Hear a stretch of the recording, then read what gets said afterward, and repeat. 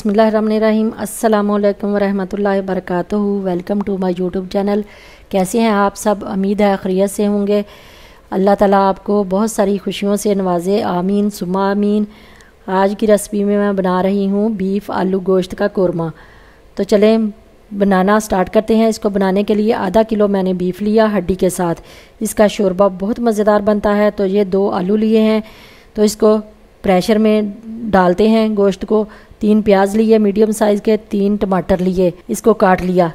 लहसुन और अदरक का पेस्ट 1 टेबलस्पून ऐड करेंगे। 1 टीस्पून नमक ऐड करेंगे। तो अभी मैं यही मसाले ऐड करूँगी, बाकी बाद में ऐड करूँगी। गोश्त को गलाने के लिए 1.5 गिलास पानी ऐड करेंगे, मिक्स करेंगे। तो अब इसको कवर करके 8 से 10 मिनट के लिए पकाएंगे हाई फ्लेम पे। तो 10 मिनट हो गए। 10 मिनट के बाद मैंने फ्लेम को बंद कर दिया था, इसकी सीटी हटा दी थी, इसकी वो स्टीम वगैरह सारी निकल गई।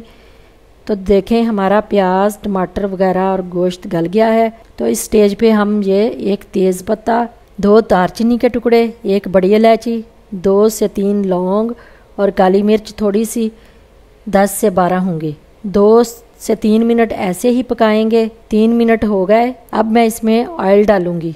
आधा कप ऑयल लिया मैंने। अब इसको अच्छे से भुनेंगे 2 से 3 मिनट। तो अब बाकी के मसाले डालूंगी।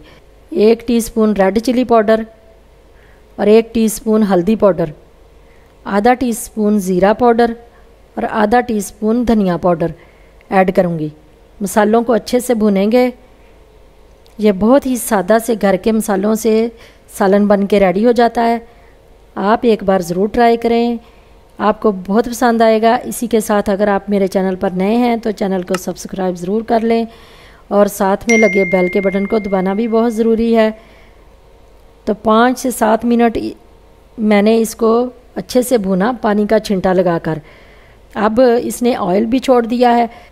तो अब इस स्टेज पे मैं इसमें 4 से 5 टेबलस्पून दही ऐड कर देंगे। 2 से 3 मिनट पकाएंगे। अब मैं इसमें आलू शामिल करूंगी। 2 से 3 मिनट पकाएंगे। अब मैं पानी शामिल करूंगी। गर्म पानी मैंने डाला है, 3 गिलास पानी डाला है इसमें। अब तब तक पकाएंगे जब तक आलू नहीं गल जाते। अब 5 से 7 मिनट ऊपर से कवर करके पकाएंगे मीडियम फ्लेम पे।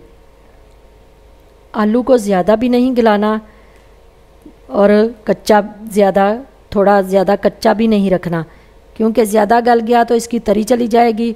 अगर थोड़ा कच्चा रह गया तो फिर अच्छा नहीं सालन में लगेगा।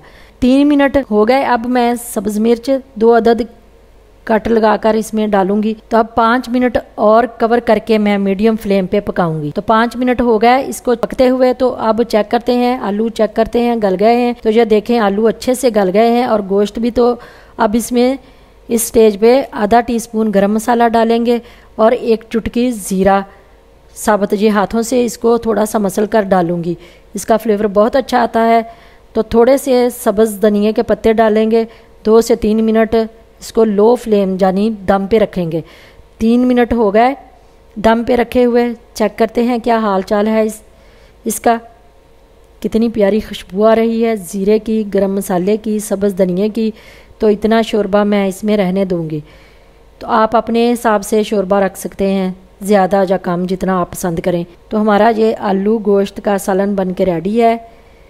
अगर मेरी वीडियो अच्छी लगी तो लाइक और शेयर ज़रूर करें। इसी के साथ मुझे दे इजाज़त और अपना बहुत सारा ख्याल रखिएगा। मिलते हैं नेक्स्ट वीडियो में। अल्लाह हाफिज़।